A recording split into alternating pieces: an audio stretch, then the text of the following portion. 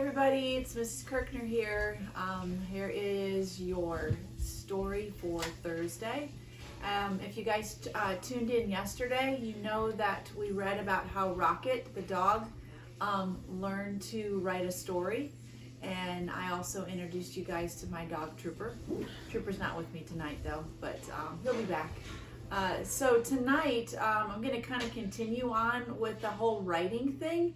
And the story that I'm going to share with you guys today is called Dear Mr. Blueberry.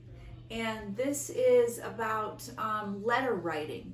It's a story, it's fiction, but it is about writing a letter. And the reason why I chose this one is because I saw a story on the news the other night.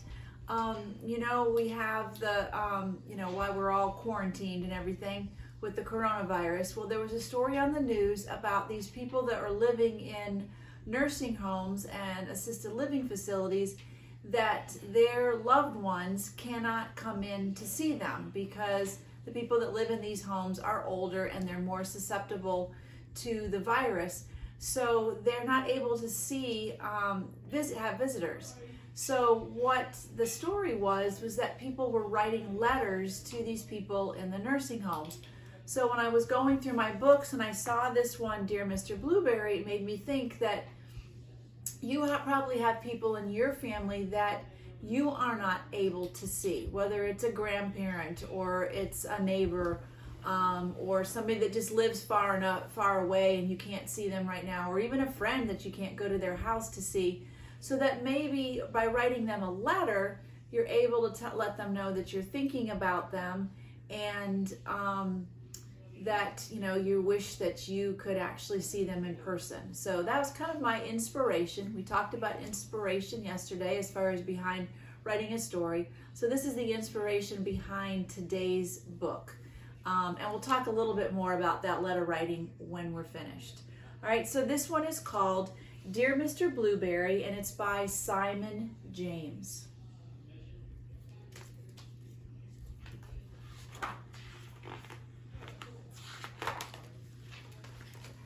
Dear Mr. Blueberry.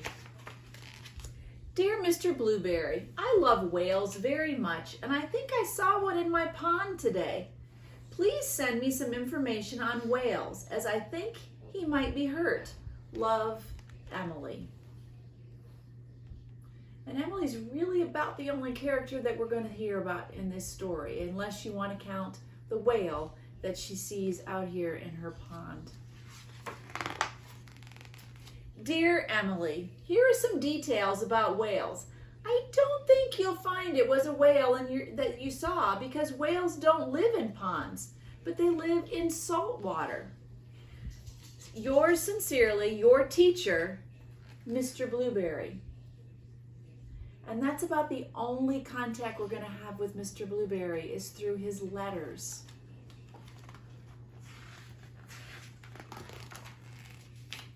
So now she writes back, Dear Mr. Blueberry, I am now putting salt water into the pond every day before breakfast, and last night I saw my whale smile. I think he's feeling better. Do you think he might be lost? Love, Emily. And there we can see her putting salt into her pond.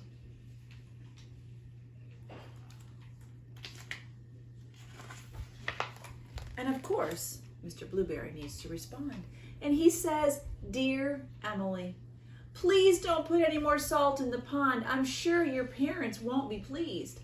I'm afraid there can't be a whale in your pond because whales don't get lost. They always know where they are in the oceans. Yours sincerely, Mr. Blueberry. And we can see Emily reading Mr. Blueberry's letter.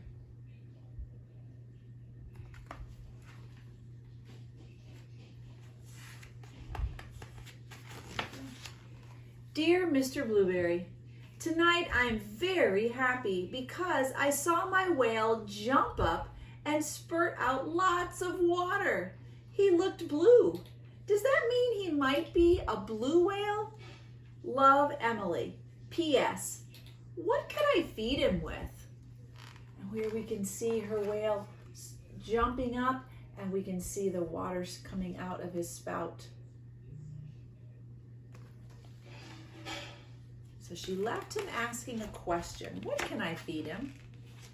Dear Emily, blue whales are blue, and they eat tiny shrimp-like creatures that live in the sea. By the way, these are called krill. However, I must tell you that a blue whale is much too big to live in your pond. Yours sincerely, Mr. Blueberry. P.S. Perhaps it was a blue goldfish. No, I'm not sure, but goldfish actually are blue. I think they're probably gold or orange because that's how they got their name. But I could be wrong. If you research that, you can let me know. But we can see here that Emily is doing that research, and she's looking at a book about goldfish to see, in fact, if there are any blue ones. Dear Mr. Blueberry, last night I read your letter to my whale. Afterward, he let me stroke his head. It was very exciting. I secretly took him some crunched up cornflakes and breadcrumbs. This morning I looked in the pond and they were all gone. I think I shall call him Arthur. What do you think? Love, Emily. She's very happy to see that her whale is smiling and happy and well fed. Dear Emily, I must point out to you quite forcibly now that in no way could a whale live in your pond. You may not know that whales are migratory, which means that they travel great distances every day. I'm sorry to disappoint you. Yours sincerely, Mr. Blueberry. We talked about migration the other day when we were reading about the little yellow bird who migrated away for the spring or for the winter, and came back in the spring. Let's see what happens next. Dear Mr. Blueberry, tonight I'm a little sad. Arthur has gone. I think your letter made sense to him and he has decided to be migratory again. Love, Emily. And we can see she's sitting outside the pond and it's empty for the first time in several days.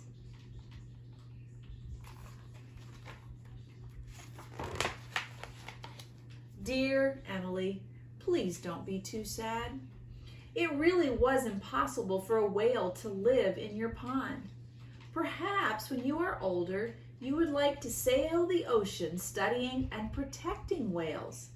Yours sincerely, Mr. Blueberry. We can see Emily there in her bedroom, and look on the wall up there, we can see that she's got a poster of a whale's tail. So she really is interested in finding out more about whales.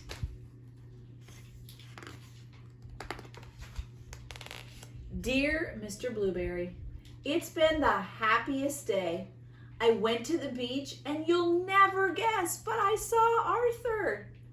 I called to him and he smiled. I knew it was Arthur because he let me stroke his head. I gave him some of my sandwich. Which means there's a little more to go on this. And then we said goodbye. I shouted that I loved him very much, and I hope you don't mind, but I said that you loved him too. Love, Emily and Arthur. And that is the end. So you can see this book is just made up of one series of letters after another. And that's kind of the fun thing about letter writing, is that you write to someone and then they write back. Hopefully there's questions, you answer their questions and you send that back, and it's a back and forth kind of thing. So as I said before we started reading, I want you to think of somebody that you might be able to write a letter to. Maybe a family member, maybe someone that you haven't seen in a long time, maybe somebody that just recently you're not able to go see like you normally would. And send them a letter. I can guarantee you're going to make their day.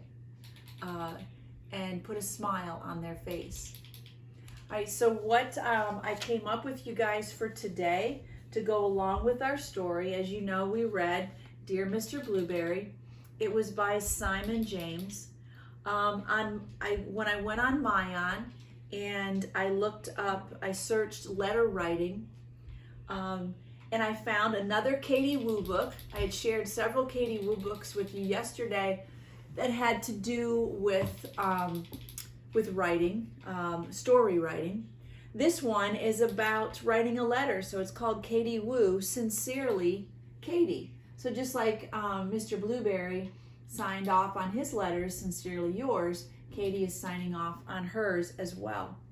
And in this one, Katie, she learns about the parts of a letter, like who you're writing to, which is, I guess, the introduction. The body of the letter, which is the main part of what you're trying to say. The closing, which is how you sign it, sincerely or love or from. And then the signature is who it's from. So she talks about the different the parts of the letter, and then she also talks about different people that she could write to.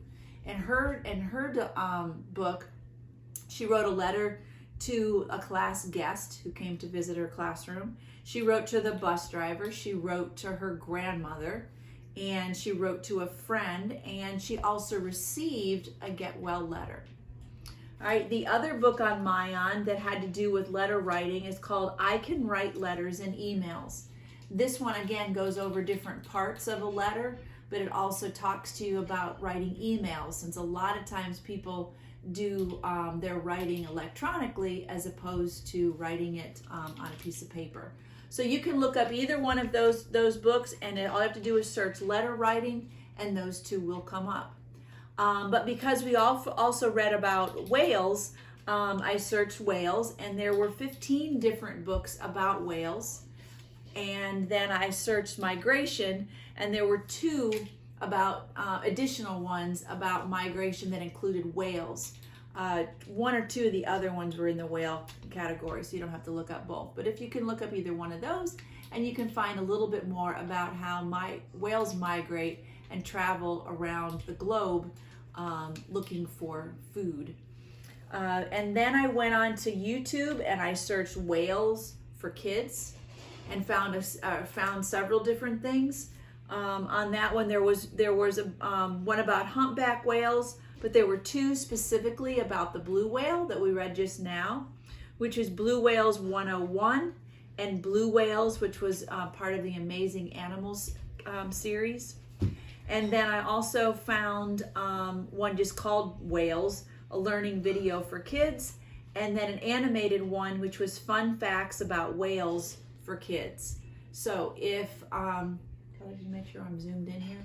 If you want to look up any of this, parents, if you want to take a quick screenshot of these things to extend your learning today, either about letter writing or about whales or whales and migration, here are some suggestions for you. In addition to you guys writing your own letters.